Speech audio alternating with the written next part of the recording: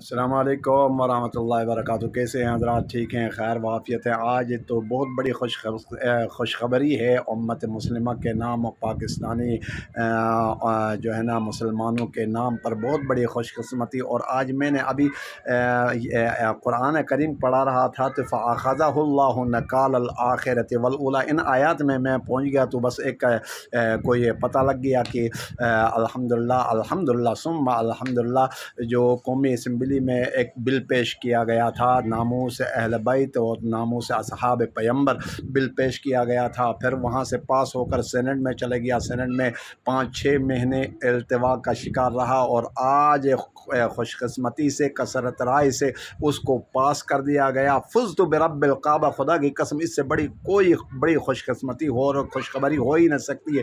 میرا دل جو ہے نا باغ باغ ہو گیا، جو ہی میں نے سنا نا تو مجھے اتنی خوشی میرے اندر دوڑ پڑی کہ اس سے بڑی خوش قسمتی اور خوشخبری دنیا میں اور کوئی ہو ہی نہیں سکتی ہے۔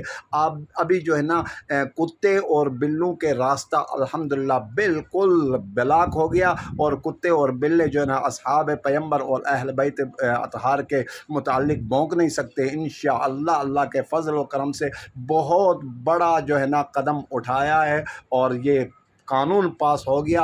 اور میں سلام عقیدت پیش کر رہا ہوں سینٹ کے جتنے بھی ممبران ہیں جنہوں نے کثرت رائے سے اس کو پاس کر لیا اور اپنی آخرت کو انہوں نے سنوار دیا، ان کی زندگی بن گئی اور آخرت بھی بن گئی۔ خدا کی قسم انہوں نے اہل بیت کا اور اصحاب پیمبر کے اوپر بھونکنے والوں کا راستہ بلاک کر دیا، بالکل بلاک ہو گیا، ایسا بلاک ہو گیا نا اب تو یہ بھونک نہیں سکیں گے انشاءاللہ اللہ کے فضل و کرم سے۔ اور یہ بہت بڑی خوش قسمتی ہے، اور بہت بہت میری طرف سے مبارک ہو پاکستانیوں، بہت بہت مبارک ہو۔ سلام عقیدت، سلام عقیدت، آپ کی کاوشیں، آپ کی کوششیں جو ہے نا رنگ لا گئی۔